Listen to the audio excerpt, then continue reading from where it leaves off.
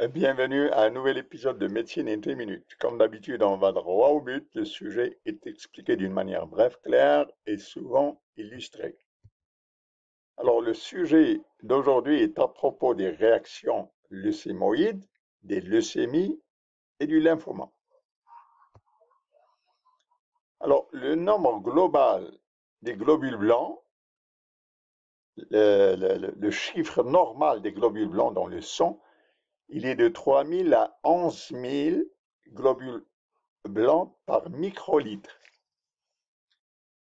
Alors, si les globules blancs sont au-dessous de 3000, on parle de leucopénie.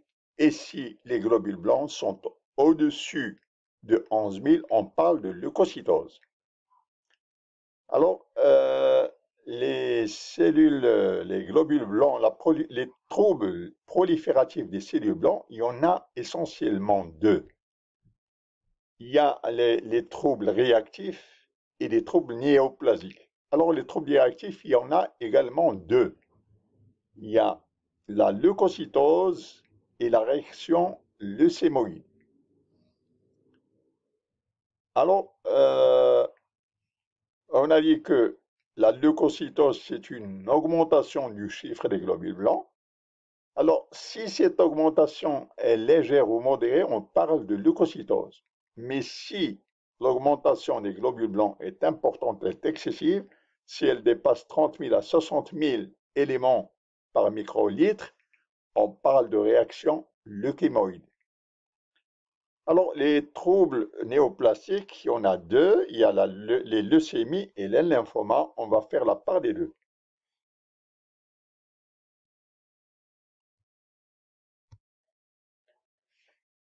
Alors, dans la formation, dans la formation des cellules des globules blancs, l'hématopoïèse se produit dans la moelle rouge, bien sûr. Alors, dans cette hématopoïèse qui se produit dans la moelle rouge, il existe en réalité dans la moelle rouge, il existe deux pôles. Un pôle de production et un pôle de, réserve, de conservation, si vous voulez, c'est un pôle de réserve et de conservation. Alors, dans le système circulatoire, il existe aussi un pôle de circulant de globules blancs, mais il existe aussi un pôle de réserve qu'on appelle le pôle marginal. Alors, sur le plan schématique, ici, ce que vous voyez en vert, ça schématise la production au niveau de l'usine, au niveau de la moelle rouge. Et dans ce cercle, c'est la circulation du système circulatoire. Alors, euh, au niveau de la production, il existe deux pôles, un pôle de production et un pôle de réserve, de stockage. Et dans la circulation, il existe aussi deux pôles, un pôle circulatoire et un pôle de réserve marginale, qu'on appelle le pôle marginal.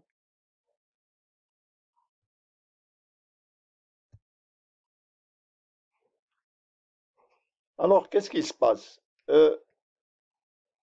S'il y a par exemple un stress, alors un stress quelconque, qui peut être une inflammation, il peut être une infection, il peut être un trauma, eh bien, la leucocytose, elle survient parce qu'il y a une mobilisation du pôle marginal. Alors, quand, quand ce pôle marginal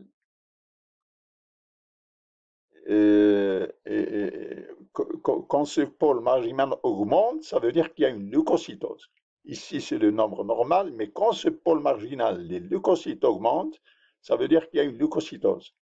Par contre, si la stimulation est plus forte, elle est plus intense, elle est plus importante, alors à ce moment-là, le système fait appel au stock de cellules qui sont dans la moelle. Alors, ce stock de cellules qui sont dans la moelle, c'est le stock qui vient supplier à ce stock marginal pour compenser ce qu'on appelle la réaction leucomyoïde. Alors, dans la réaction leucomyoïde, on a dit que pour qu'il y ait réaction leucomyloïde, c'est au-delà de 60 000 par microlitre, alors que la leucocytose, c'est dans les environs de 11 000. Donc, si si la stimulation, le stress est modéré, eh bien, les globules blancs, ils ne mobilisent que ce pôle marginal. Par contre, si le stress est important, eh bien, il mobilise les deux pôles, le pôle marginal et le pôle de stockage à l'intérieur du mal, de telle sorte à ce que l'ensemble, toute la machine marche. Eh bien, c'est ce qu'on appelle la réaction leucomyéide. Globules blancs au-delà de 50 000 cellules par microlitre. Alors, le compte normal des globules blancs, c'est entre 3 000 et 11 000. Au-dessous de 3 000, c'est une leucopénie. Au-delà de 11 000, c'est une leucocytose. Les cellules, les troubles de la prolifération, il y a deux. Il y a les troubles réactifs et les troubles néoplasiques. Les troubles réactifs, si c'est une augmentation modérée, on parle de leucocytose. Et la leucocytose, elle peut être neutrophile en cas d'infection, eosinophile en cas de parasite, basophile en cas d'allergie, mononucléose en cas de mononucléose infectieuse ou lymphocytique en cas de tuberculose. Voilà les types de leucocytose qui se présentent. Pour la réaction leucomyéide, c'est entre 30 000 et 60 000 par microlitre. On va voir pourquoi on incite sur cette notion de différence entre la réaction leukémoïde, les leucocytoses et la leucémie. Alors, les troubles néoplasiques, il y a la leucémie et le lymphoma. Alors, sur le plan clinique, il est important de faire la différence entre la leucémie myéloïde chronique et la réaction lymphoïde. Alors, comment faire la différence entre les deux? Eh bien, c'est la phosphatase alcaline. Si la phosphatase alcaline est augmentée, il s'agit d'une réaction leucémioïde. Si la phosphatase alcaline est basse, eh bien, il s'agit d'une leucémie myéloïde chronique. Alors, un autre moyen de différencier les deux, c'est que dans la réaction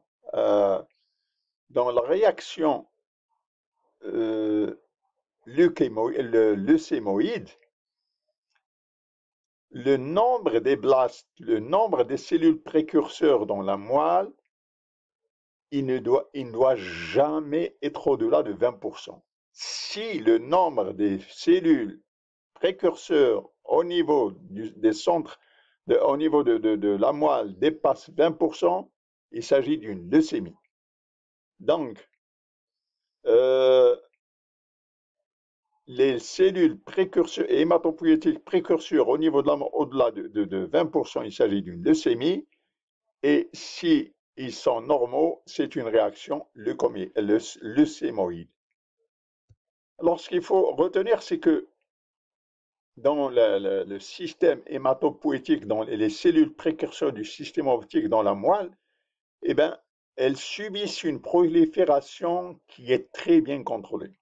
La différence entre un sujet normal et une leucémie, c'est que la prolifération du système hématopoïétique dans la moelle, elle est très contrôlée, elle est régulière, elle est dominée par la régulation, alors que dans la leucémie, il y a un développement excessif qui n'est pas contrôlé et une prolifération massive non régulière. Maintenant, pour différencier entre un lymphome et une leucémie, eh bien, c'est la manière par laquelle les cellules diffusent qui permet de faire la différence. Si les cellules hématopoïétiques précurseuses, si elles diffusent dans le système circulatoire d'une manière diffuse, comme du lait, alors on parle de leucémie. Par contre, si cette diffusion s'effectue sous l'action de petites mottes, de petits agglomérats, de petits îlots, comme du beurre, alors on parle de lymphoma. C'est la différence fondamentale entre le lymphome et la leucémie. C'est la manière dont les cellules sont engrainées les unes dans l'autre. Si elles sont diffuses, c'est la leucémie. Si elles forment un conglomérat, si elles sont compactes, elles forment un lymphome. Alors, leucémie, pensez au lait, diffusion.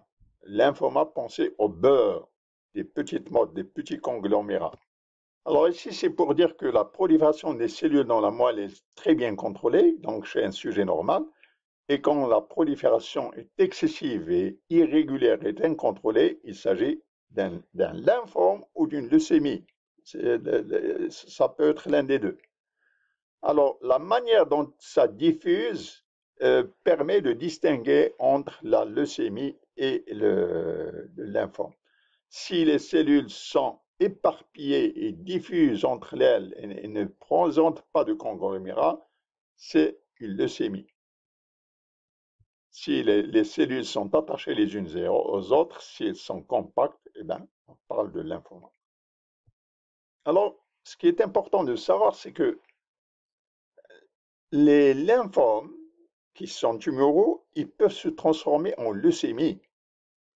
Et des fois, les leucémies peuvent se transformer en lymphome. Donc, il y a une sorte d'interchangeabilité entre les deux. Donc, sur le plan clinique, cette nuance est très importante parce que il faut savoir que une leucémie peut évoluer vers un lymphome et un lymphome peut se compliquer par une leucémie. Alors, merci d'assister à cet épisode de Médecine en 3 minutes. Voulez-vous me supporter par vos likes qui nous encouragent à donner plus et votre adhésion à la chaîne. Vos commentaires sont toujours bienvenus. Merci.